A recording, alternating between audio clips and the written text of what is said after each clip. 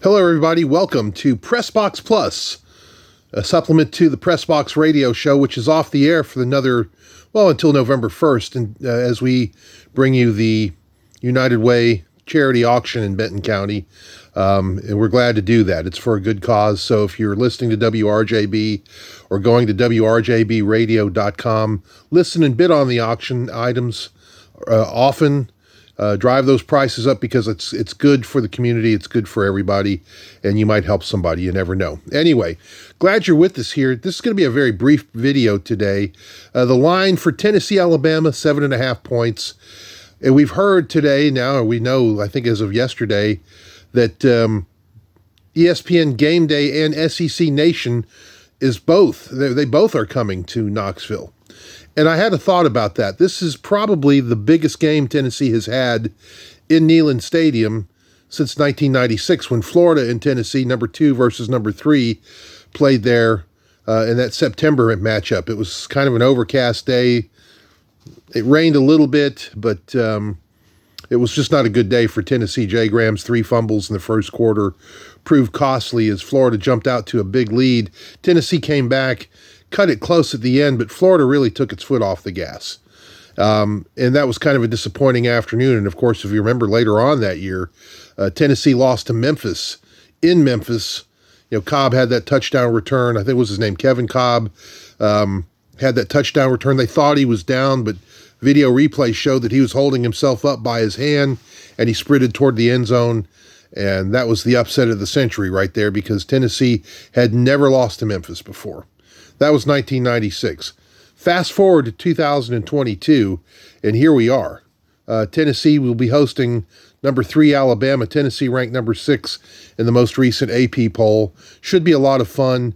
And again, as I said, probably the biggest game in Knoxville, in Neyland Stadium history since 1996. And there have been some big games.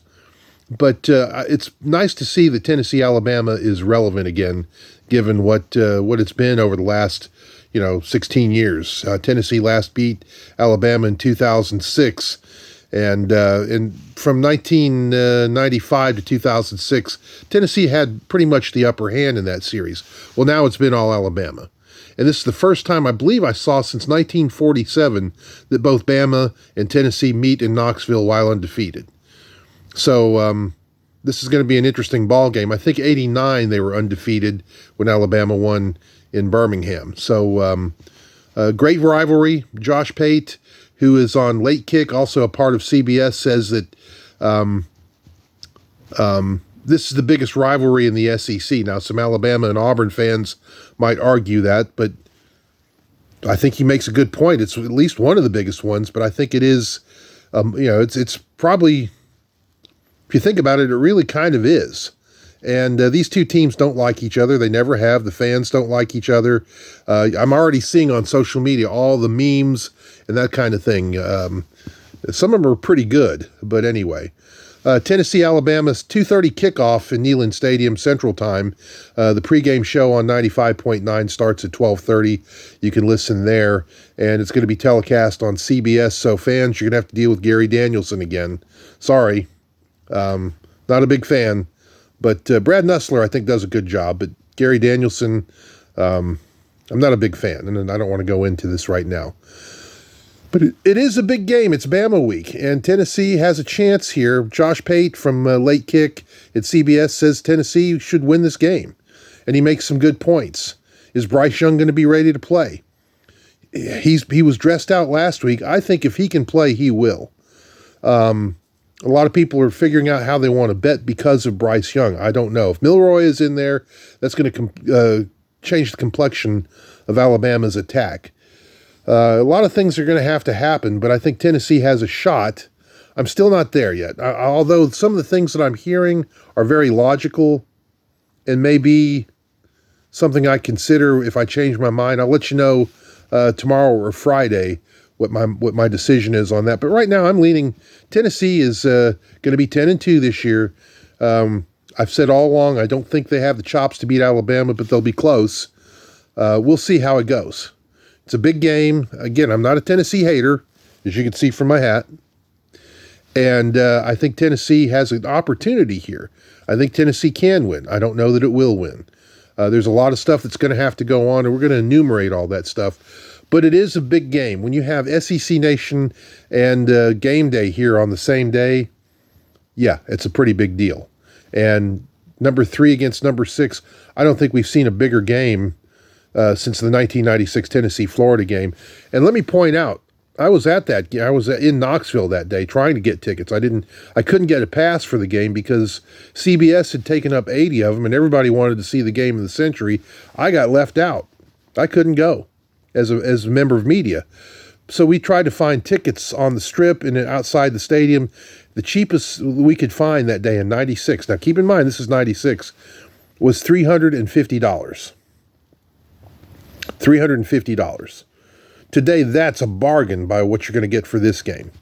So it is a big game. It's nice to see Tennessee and Alabama at that level again, where it means something now, where it is meaningful for both teams, especially for Tennessee. I think more for Tennessee right now than Alabama. For both teams, I don't think it's must win.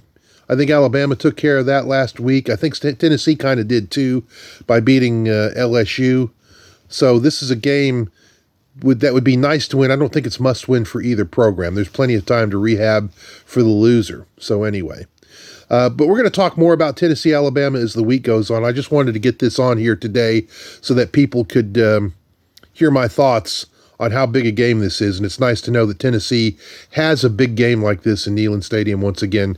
What a phenomenal story, given what a dumpster fire this program was 20 months ago. Josh Heupel has done a tremendous job. Danny White has done a tremendous job, and these kids that put on the orange jersey have done a tremendous job. So anyway, join me on Twitter. My handle is Steele Sports, Steele Sports. Follow me on Facebook. I'm Jim Steele. Send me a friend request. Steele with an E on the end of it.